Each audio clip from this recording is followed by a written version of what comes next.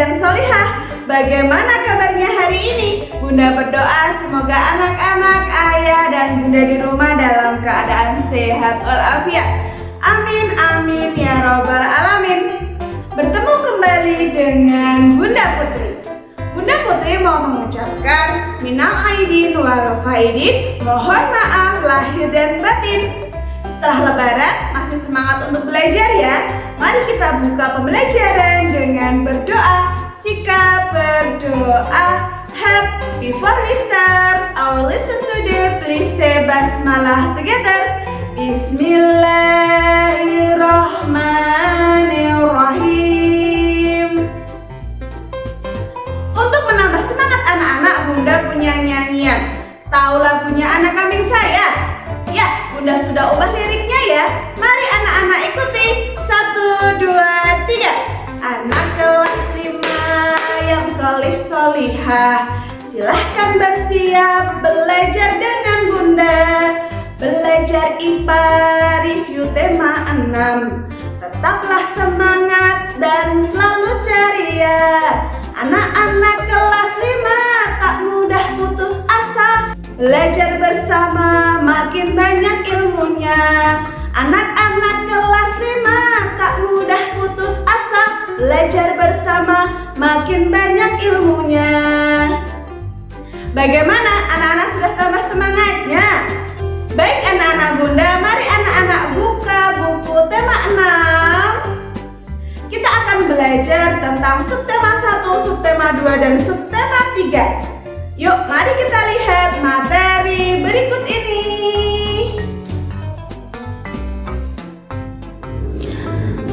Anak-anak solih dan solihah, hari ini kita akan review IPA tema 6 tentang panas dan perpindahannya. Nah, subtema 1 kali ini kita akan belajar tentang suhu dan kalor. Kalor merupakan nama lain dari energi panas. Dan segala sesuatu yang dapat menghasilkan panas disebut dengan sumber energi panas. Contoh sumber energi panas adalah yang pertama, matahari, yang kedua, kompor, yang ketiga, korek api, dan ada juga sumber energi panas dari panas bumi. Sekarang kita belajar tentang suhu. Apa itu suhu, Bunda? Suhu adalah derajat panas suatu benda. Suhu akan naik saat diberikan panas dan akan turun saat panas itu dilepaskan. Alat untuk mengukur suhu disebut dengan termometer. Kalor dapat merubah wujud benda. Coba anak-anak amati terlebih dahulu gambar yang sudah Bunda sajikan. Perubahan wujud benda yang pertama ada mencair, kemudian membeku, ada menguap, mengembun, menyublim, dan mengkristal. Di mana untuk gambar yang berwarna merah akan memerlukan kalor, sedangkan gambar yang berwarna kuning akan melepaskan kalor.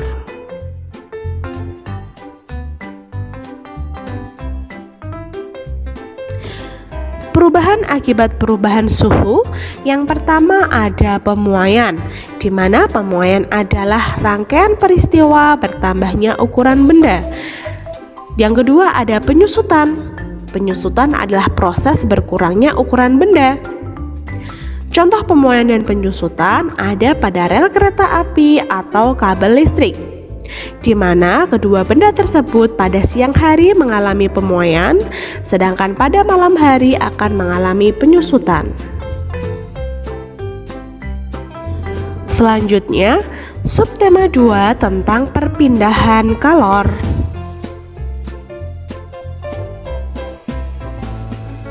Apa saja, Bunda, perpindahan panas atau kalor itu? Yang pertama ada konduksi, kedua ada konveksi, dan yang ketiga ada radiasi. Coba lihat gambar di bawah ini. 1.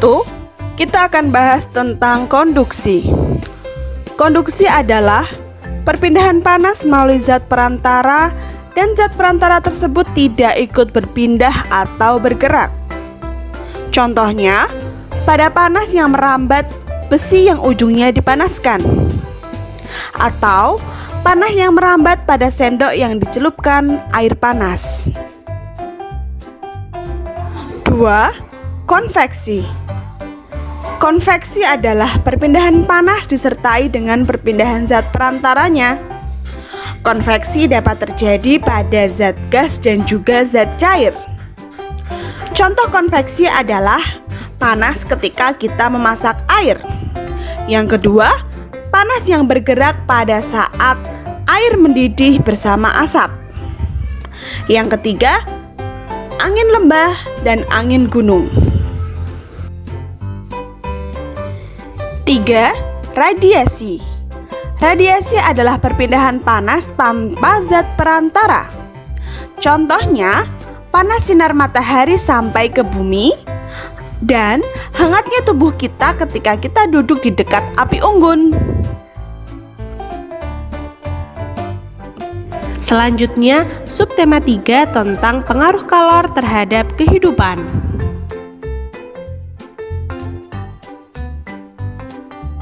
Berdasarkan kemampuan tersebut, dalam menghantarkan panas, benda dibedakan menjadi dua, yaitu benda konduktor dan juga benda isolator.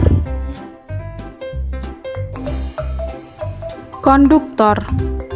Benda konduktor adalah benda yang mudah untuk menghantarkan panas. Perpindahan kalor akan lebih cepat dengan menggunakan benda-benda yang bersifat konduktor. Contoh barang-barang atau benda yang bersifat konduktor. Barang-barang konduktor biasanya terbuat dari besi dan baja. Di bawah ini ada contoh gambar barang-barang konduktor. Yang pertama ada sendok yang terbuat dari besi. Kemudian yang kedua ada panci yang terbuat dari besi atau aluminium.